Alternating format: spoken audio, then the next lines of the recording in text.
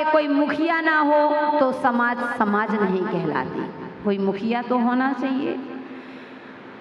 परिवार में होता है, पिता होता है, पिता से ही बच्चों का भविष्य बना होता है। अगर पिता ना हो, किसी को जिम्मेदारी ना सौंपो तो वह घर ही बिखर जाएगा। ऐसे ही संघ की विशेषता होती है बंधु। अगर संघ में कोई मुखिया ना हो तो संघ का कोई महत्व नहीं होगा। ऐसे वे 700 मुनिराज अकंपनाचार मुखिया, उनके तभी तो संघ का संचालन। ऐसे ही बंधु तो सोचा कि विदेश का कौन राजा बनेगा, बिना राजा की फौज तो हो नहीं सकती। एक व्यक्ति खड़े हो गई, हाथ जोड़ लिए, निवेदन किया, कहता है ठीक है मैं 5 साल इसमें राज करूंगा, मुझे राज दिया जाए। बंधु वह नगर का प्रतिष्ठित व्यक्ति था, मान्य व्यक्ति था, सभी लोग उसको आदर्श मानते थे। सभी ने मना कर दिया, नहीं ये तो हमारे नगर का आदर्श व्यक्ति है। उसने कहा नहीं, मैं राज संभालूंगा। और बंधु राज सिंहासन पर बिठा दिया गया, राज तिलक हो गया और राज का संचालन भी सुचारू रूप से होने लगा। 1 साल हो गए, 2 साल हो गए, 3 साल हो गए, लेकिन उस राजा के चेहरे पर जरा सा भी सिकन नहीं। फिर बाद में 4था वर्ष हो गया, अंतिम वर्ष चल रहा है, फिर भी उस राजा के मन में जरा सी भी सिकन नहीं है। सब लोग उस राजा को देखने ज्यादा आ रहे हैं, उसके चेहरे को, हाव भाव को देख रहे हैं। बंधु उसके चेहरे में जरा सा भी हाव भाव में अंतर नहीं। वही खुश, जैसे पहले खुश था वैसे आज भी खुश है। सारी जनता हैरान। अब 6 महीने बचे। कितने महीने? 6 माह। 6 माह बचे, अभी भी वह इतना खुश है, इतना खुश होकर के बैठा है। अब 3 महीना बचे, 2 महीना बचे, 1 महीना बचा, फिर भी उस राजा के मन में जरा सा भी खेद खिन्नता नहीं, इतना सा भी उसको भेद मन में जरा सा भी उदासी नहीं।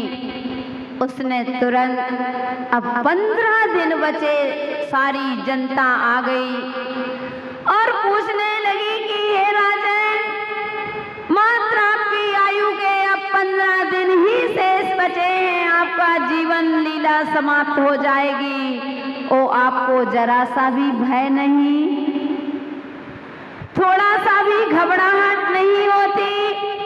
लोग तो अपनी मौत को सुनकर के घबरा जाते हैं, लेकिन आप तो वह 5 वर्ष का जो राजा, अब 12 दिन बचे, 13 दिन बचे, 10 दिन बचे, 2 दिन बचे हुए हैं। अभी भी ये पूरी सारी जनता उसको देख रही है, वह मुख से कुछ नहीं कह रहा। और एक आज अंतिम दिन भी आ गया, अंतिम दिन आ गया और अंतिम दिन में भी उसको घबराहट नहीं। अब 5-6 घंटे शेष बचे हुए हैं, फिर भी उसको कोई घबराहट नहीं। भीड़ लगी हुई है कि आज इस राजा का अंतिम दिन है, इसको बहुत ऊंचाइयों से उस समुद्र में फेंक दिया जाएगा, इसकी जीवन लीला समाप्त हो जाएगी। बंधुओं, जैसे ही वह उसको उठाया, वो फेंका और वह जाकर के सीधे समुद्र में गिरता है। और बंधु उसने इसलिए उसके चेहरे पर सिकन नहीं थी कि उसने अपने कार्यकाल में, उसने अपने निर्देशन में, जब तक वह राज दरबार में रहा, राज सिंहासन में था, 5 वर्ष में उसने इतना अधिक एक नई स्कीम पैदा कर दी, एक ऐसा कार्य रचा जो असंभव को संभव कर दिया। उसने 5 वर्ष के अंतर्गत उस समुद्र में उसने एक पुल बनवा दिया था। उसको मालूम था कि फेंका जाना है, कोई बात नहीं, जाना तो जाना ही है। इस देश का राजा नहीं तो मैं दूसरे देश का राजा बनूंगा, आखिर बनूंगा तो सही। तो बंधु, उसने 5 साल में जो समुद्र में एक पुल बना लिया था कि यहाँ से समुद्र में फेंका, वह पुल से चढ़ करके वो दूसरे देश में पहुंच जाता है।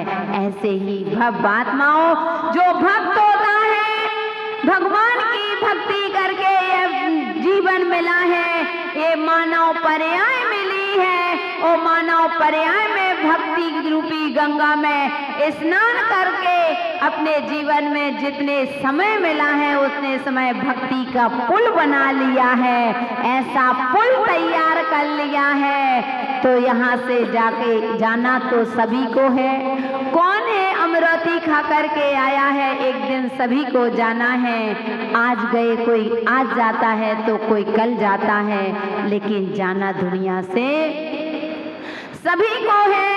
ऐसे ही आप सभी ने उस भक्ति रूपी गंगा में ऐसा भक्ति का पुल बना लिया है कि यहाँ से निकले तो वहाँ पर राजा राज करोगे, इस देश से छूटे तो उस देश में जाकर के अपना राज करोगे। तो बंधु, वही आप दीमापुर वासियों की भक्ति चल रही है, वैसे ही भक्ति प्रसिद्ध है। और भक्ति करके अपने उस पुल को इतना मजबूत कर लिया है, इतना मजबूत कर लिया है कि अब उन्हें किसी का भय नहीं है।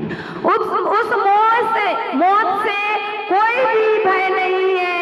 और भक्त कह रहा है, आज आए तो भी खुश और कल आए तो भी खुश, मुझे तो बस भगवान की शरण मिल गई। और जिसको भगवान की शरण मिल जाती है, गुरुओं की शरण मिल जाती है, उसकी जिंदगी ही बदल जाया करती है। क्योंकि बंधु, एक क्षण की संगति तुम्हारे जीवन को महका देती है। मैंने बताया था कि भगवान की शरण, भगवान की संगति, गुरुओं की संगति उस सेंट की दुकान की तरह हुआ करती है। जब तक सेंट की दुकान पर बैठे हो, भले ही खुशबू सेंट ना खरीदो, लेकिन जब तक सेंट की दुकान पर बैठे हो उसकी खुशबू तो आएगी ही आएगी। आती है कि नहीं? ऐसे जब तक हम भगवान के मंदिर में बैठे हैं, उन 700 मुनि महाराज की आराधना चल रही है, तो उनकी साधना की खुशबू हमारे जीवन को महका देगी। ओ बंधु, समझ नहीं पा रहे हैं, लेकिन जीवन को महकाएगी, ऐसे महकाएगी कि आपके जीवन में कभी भी आधी व्याधि, किसी भी प्रकार की कोई संकट विपत्ति आ ही नहीं सकती है। उन दिगंबरों ने अपनी समता को धारण करके और सारा श्रेय जो दिगंबर का आप सभी को दे दिया है बंधु। तो दिगंबर संतों की हम आराधना चल रही है। तो कल है रक्षाबंधन पर्व, ए भाई बहन का त्योहार नहीं, ए वात्सल पर्व कहा जाता है।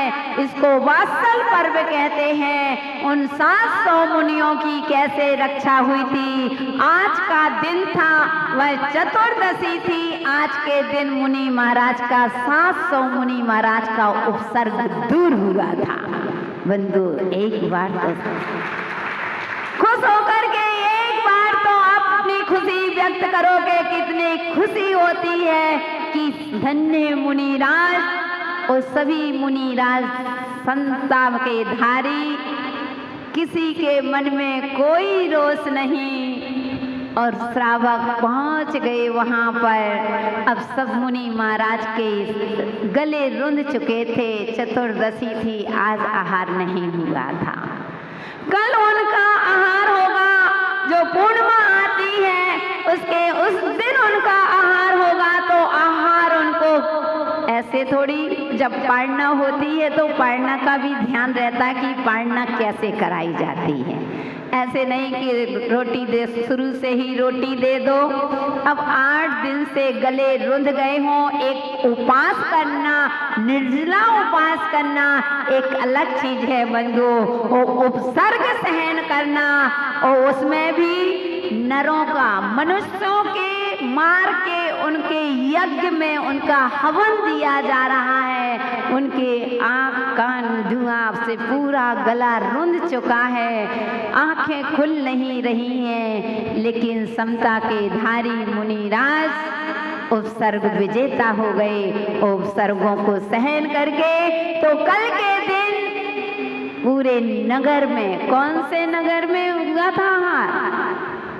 हस्तिनापुर। उस हस्तिनापुर में घर घर चौके लग गए थे।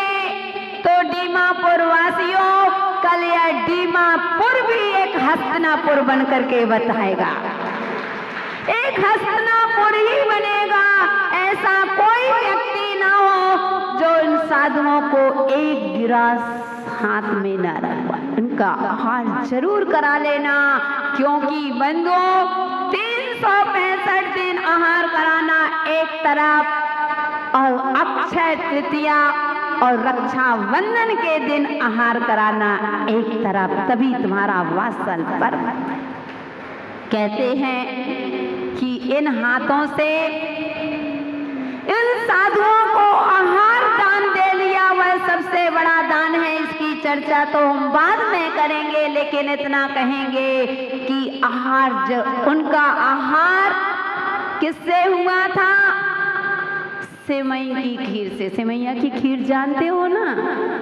सेवैया की खीर से उसका रहता है कि गला रुंध गया था, तो ऐसे लेंगे जल्दी से उनके गले में चला जाएगा, उनको कोई भी परेशानी नहीं आएगी। और बंधु ऐसे मुनिराज का आहार करवाया था, और आहार करा के पंचाक्षर हुए थे। और सारी बहनों ने भाइयों के हाथों में कलाई में राखी बांधी थी। रक्षा राखी नहीं, रक्षा सूत्र बांधे थे। इसलिए बांधे थे कि हे भाई, कभी भी मुनियों के ऊपर उपसर्ग हो जाए, अथवा कभी भी जैन धर्म के ऊपर संकट आ जाए, तो हे भैया तुम इन हाथों से उनकी रक्षा करना। इसलिए यह रक्षा पर्व कि इन हाथों से बहन कह रही है कि हे भाई, जब अगर मेरे ऊपर कोई उपसर्ग आ जाए, अगर द्रौपदी के ऊपर चीरहरण हुआ था, उपसर्ग हुआ था, तो कृष्ण बन करके, इसलिए हे भाई मेरे ऊपर कभी उपसर्ग आ जाए, मेरी लाज जाने लगे, तो तुम भैया कृष्ण बन करके आना, तभी तो रक्षाबंधन मनाना सार्थक है। नितर काहे का रक्षाबंधन? लेन देन का रक्षाबंधन नहीं, पैसों का रक्षाबंधन नहीं। तो बंधु कल रक्षाबंधन पर्व, और वह भी देखो यह पर्व कितना सुंदर दिन में पड़ा है। 15 अगस्त स्वतंत्रता दिवस के, ओहो बिरले समय होता है ऐसे। मैंने तो पहली बार देख रही हूँ कि 15 अगस्त को रक्षाबंधन पड़ा। जब से होश संभाला है, पहले बचपन में निकल गया हो तो पता नहीं, जब से होश संभाला है बंधु, मुझे याद है कि यह पहले बार मैं ऐसा देख रही हूँ कि स्वतंत्रता दिवस के दिन रक्षाबंधन पर्व पड़ रहा है। यह स्वतंत्रता दिवस मुनियों स्वतंत्र हो गए थे, उपसर्ग से स्वतंत्र हुए थे, इसीलिए स्वतंत्रता दिवस आपको क्या संकेत देता है बंधु? सारी चर्चा अपनी कल होगी। कल ऐसा कोई मार्केट वैसे ही बंद है। सुरेश जी मार्केट बंद है ना मामा? बंद है। ओ बंधु, तो सबसे पहले यहाँ पर सभी लोग बड़े धूमधाम से झंडारोहण होगा। वह राष्ट्रगान जैन धर्म का भी राष्ट्रगान है बंधु, भी सुना नहीं होगा। वह राष्ट्रगान यहाँ होगा।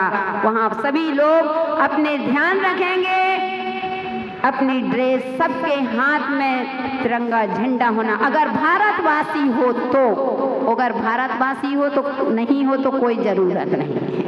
अगर भारतवासी हर महिलाओं के हाथ में एक झंडा आते ना और पुरुष के हाथ में अपनी भारत की शान को, क्योंकि बंधुओं ध्यान रखना, एक बार की मुझे घटना याद आती है कि एक देश का राजा और अपने नौकर उसके यहाँ दास काम करता था। वह दास इतने अच्छे से काम करता था तो वह खुश होकर के अपना मंत्री बना लेता है। वो अपनी पुरानी पगड़ी उसके सिर में रख देता है और स्वयं नई पगड़ी लगा लेता है।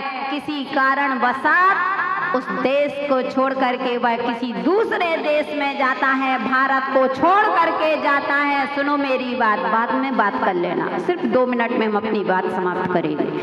तो वह जैसे ही दूसरे देश में गया, उस देश की परंपरा थी कि जो राजा को नमस्कार करेगा तो सिर में पगड़ी लगा करके नमस्कार करेगा। और वह नौकर जो दास, भारत का दास जाता है, उसके सिर पर पगड़ी थी, उसने पगड़ी को एक तरफ रखा और बंधु उस राजा को नमस्कार कर लिया। अब राजा को गुस्सा आया, उसने कहा तुमने मेरा अपमान, इसको सूली पर चढ़ाया जाए। तो उसने कहा कि हे राजन, इसमें मेरा क्या दोष, मैंने कौन सा अपराध किया है। वह कहता है कि मेरे देश की परंपरा है कि जो भी राजा को नमस्कार करेगा तो पगड़ी लगा करके नमस्कार करेगा, और तुमने मेरी लगी हुई पगड़ी को जमीन में रख करके और मुझे नमस्कार किया, मेरा अपमान किया।